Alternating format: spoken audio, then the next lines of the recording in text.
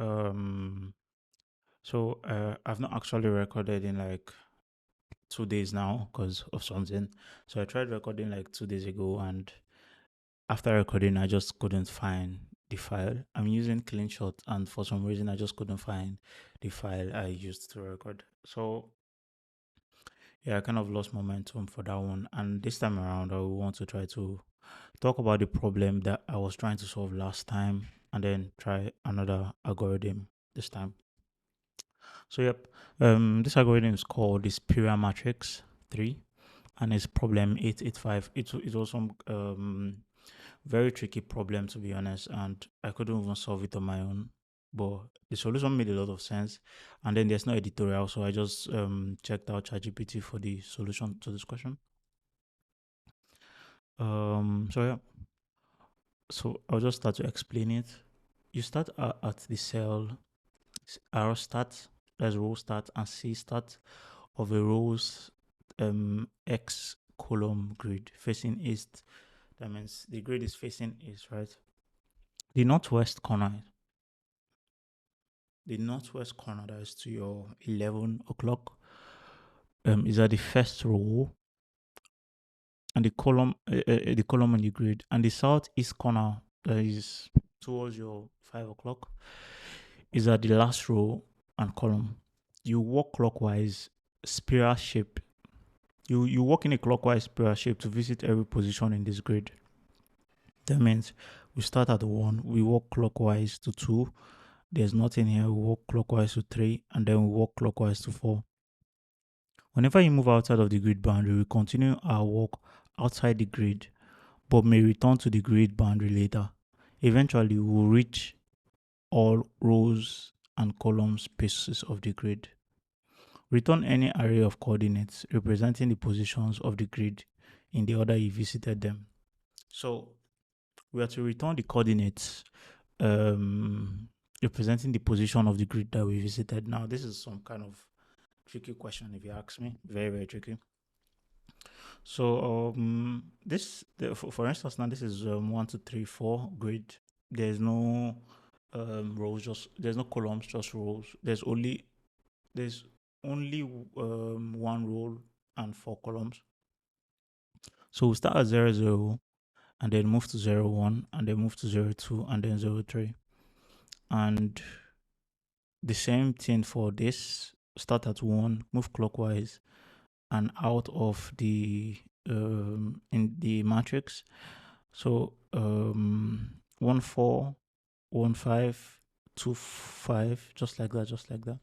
So the first way I thought about this was, in fact, I couldn't even think about anything, to be honest.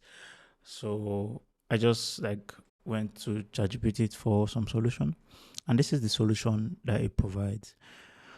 We start at cell um arrow start, C start in arrow then C grid, and we walk in a clockwise spiral in order to visit every cell in the grid, right? So the solution is to simulate the path taken in a spiral. In a spiral, the steps are taken in the direction. The steps taken in the directions increase periodically. For example, if you move right 1 step, then down 2 steps, the next will be 3 steps up. Sorry, the next will be 3 left steps, and up 4 steps, and so on. So basically, for every movement, we add 1 in any direction, right? So first of all, we initialize the variables arrow and C for row and column. We start at arrow start, C, and then column start. And steps is the number of steps we are to take in any direction. Remember, this is going to increment till we get to 4, right? So a direction array to toggle between right, right, down, left, and then up. Basically, for every of this direction, we are going to increase step, and then we are going to move in this direction, because like O1 is um um on the x axis, and then move on the y axis, right? No. 0 1 is, wait a minute. How do we explain this now in a grid? So 0 1 is how do we explain this now? Let's just read further. So the spiral walk, for each direction we move steps times. Remember, we have 4 directions: 0 1, which is right; 1 0, which is down; and then 0 minus 1, which is left. So for each direction we move steps. If the current cell arrow C is within the grid boundaries, add it to the list of results. After completing a horizontal and vertical move, increment steps. Horizontal or vertical move, increment steps, and then change direction after each move. Basically the same thing. So steps start at at 1, change directions, increment step, change direction again, increment step, like that until you feel the arrow times C cells. So now this is the pseudo code for it. So you see we start at result and then instantiate steps to 1, and then these are the directions. 0 1 0 1 1 0, like that, and then this. So while the length of this array is less than this row times column, remember row and column are basically I don't know how to put this now.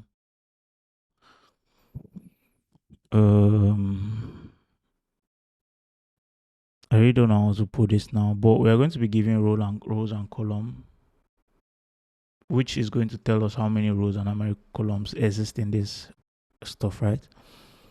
So yeah, so we keep going till we have covered all items here.